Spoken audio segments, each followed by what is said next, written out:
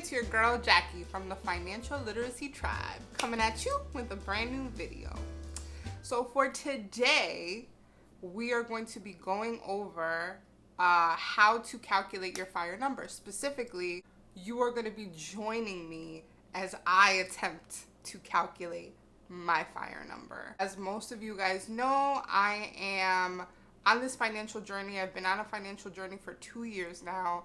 I started off making some very poor decisions very early on in life, racked up $90K in consumer debt. That's credit cards, student loans, car loans, hot mess.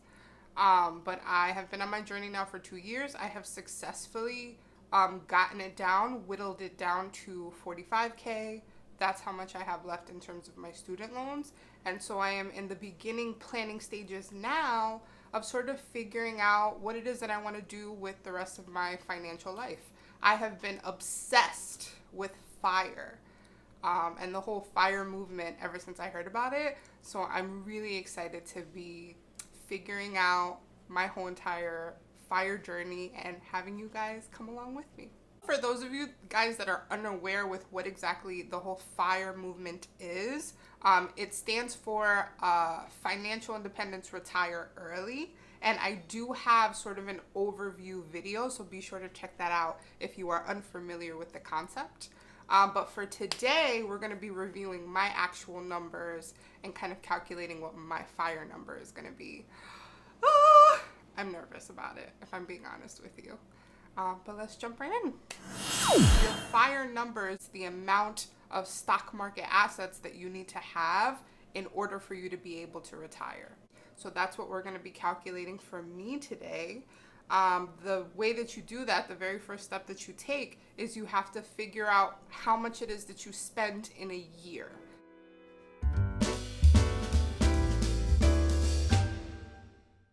So we want to calculate your yearly expenditures.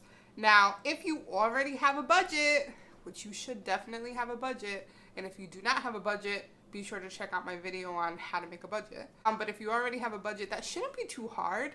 You would just basically take how much it is that you spend on your bills, food, different things, and multiply that by 12, right? Like, that's not that hard.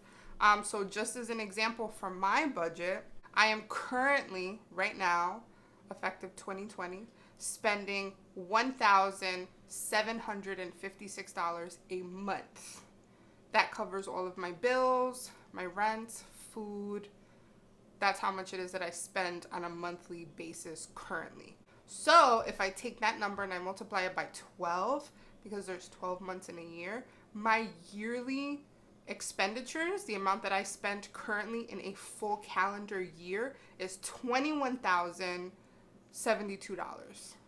$21,072 in a year. I don't think that's bad. I'm actually kind of like surprised. Like, now that I look at the number like that, I feel like I spend more, but then again, I've done so much like cutting down and like so much whittling, and I've been living this frugal life now for like 2 years, so I guess it makes sense. Not bad. So the second step in terms of calculating your FIRE number is to take the amount that you spend on a yearly basis, your yearly expenditures, and you're going to want to tweak it.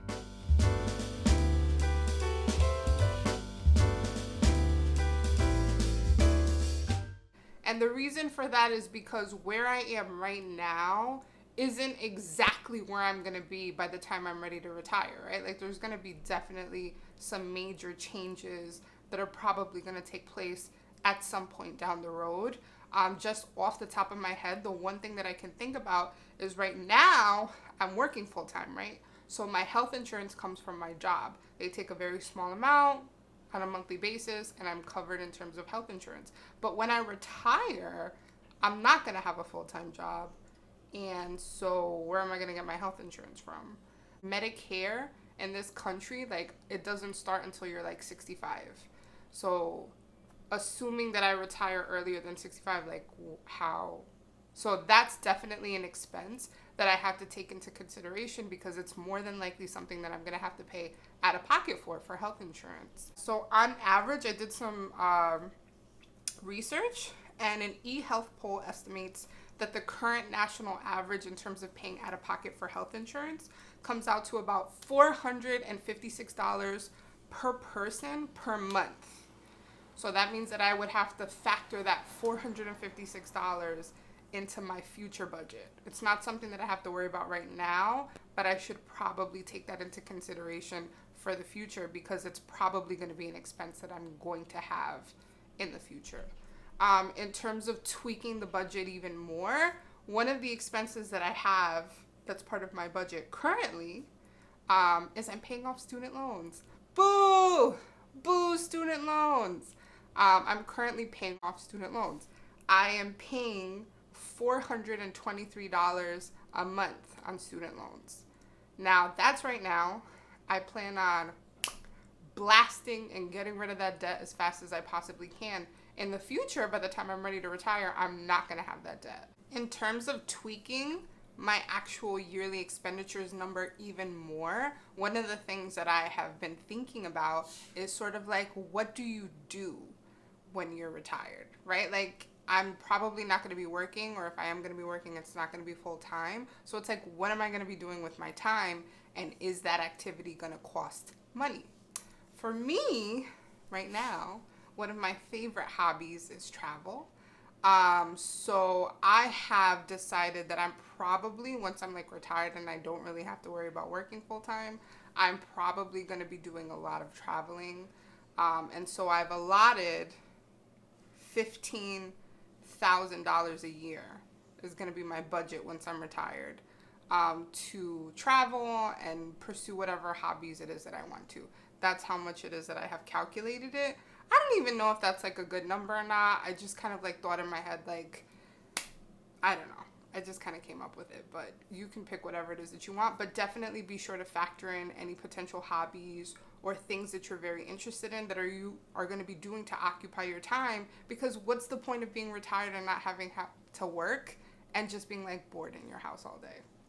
So just be sure to factor that in. So I'm definitely adding that to my tweaked yearly expenditures, an additional $15,000 for travel and for hobbies and for doing whatever it is that I want to do during that period of time. Disclaimer, in terms of tweaking your yearly expenditures number, obviously the closer that you get toward retirement, the more things are probably going to change. It is very, very hard for me to look into the future and use my powers to see exactly what my life is going to be like by the time I reach that number. It's impossible, right? Like, I don't have ESPN or ESP or whatever it's called. I don't have those types of superpowers. So it's like, I don't know exactly what my life is going to be like. Am I going to have like 20 kids? Maybe. Am I going to have 20 cats? Probably. So I don't know what my life is going to look like. So obviously, anytime that there's a major change in your life, you need to revisit this whole entire process and make sure that you're tweaking your yearly expenditures number to best reflect your life. And I definitely know for sure that I'm going to definitely have to tweak my number because I'm planning on buying a house soon. So is my current housing cost going to be about the same as when I actually have my own home?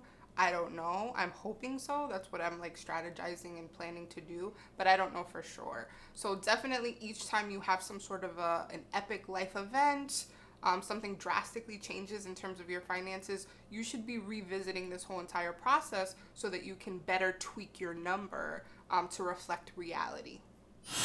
All right, so if you've been keeping track thus far, we started with my current monthly expenditures, which is $1,756 a month. That's how much I spend right now, effective 2020. And we said that if we're looking into the future, the tweaks that we're going to make are, I'm definitely not going to be making that monthly student loan payment. Goodbye, student loans. So that's subtracting $423. We're adding in future healthcare costs because if I'm not working full time and I'm not yet 65, I'm more than likely going to have to pay out of pocket for healthcare costs. And the national average currently, this is obviously subject to change, but currently it's about $456 a month per person within the United States, which is crazy. I feel like that's crazy. Is it just me or is that crazy? Anyway, moving on. And then in addition to that, we are further tweaking our yearly expenditures number by adding in $15,000 a year for travel and for hobbies and for doing fun stuff that I'm going to want to do because I'm not going to be working. So what else am I going to be doing? And so that comes to a whopping total of $3,039 a month. That's a lot. That's a big jump. We started with $1,756 and we ended up, after we tweaked the number, to $3,039 a month. Okay.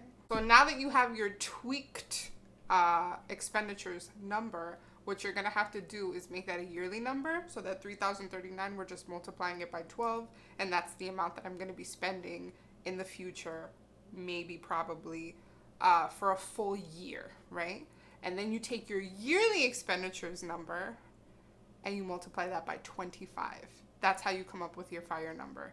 Yearly expenditures times 25. And so when I did that, I came to my FIRE number, which is, drum roll please, $911,700. That means that I need to come up with $911,000 in order to be able to retire. I need to come up with $911,700 in order to retire. I need a moment. I'm back. I was just hyperventilating in a corner. Don't mind me. That's a big number. I feel like obviously some people have much higher numbers. I don't know. If you've already calculated your FIRE number, leave me in the comment section whether your FIRE number was extravagantly higher than mine or not. I don't know if that's a good number. I feel like that's a huge number. Like the prospects of me being able to save almost $1 million is like freaking me out. But I'm sure that's a totally normal reaction. I don't know. Yeah. Let me know in the comment section. I'm interested. I'm interested to hear what you fellow FIRE movement folks, how you feel about that. But anyway, that's my FIRE number. I'm going to go cry now. Thank you so much for joining me. I'm just kidding. So after you find your actual FIRE number, what is there to do? I think for me at this stage in my life, there's definitely some things that I want to get together.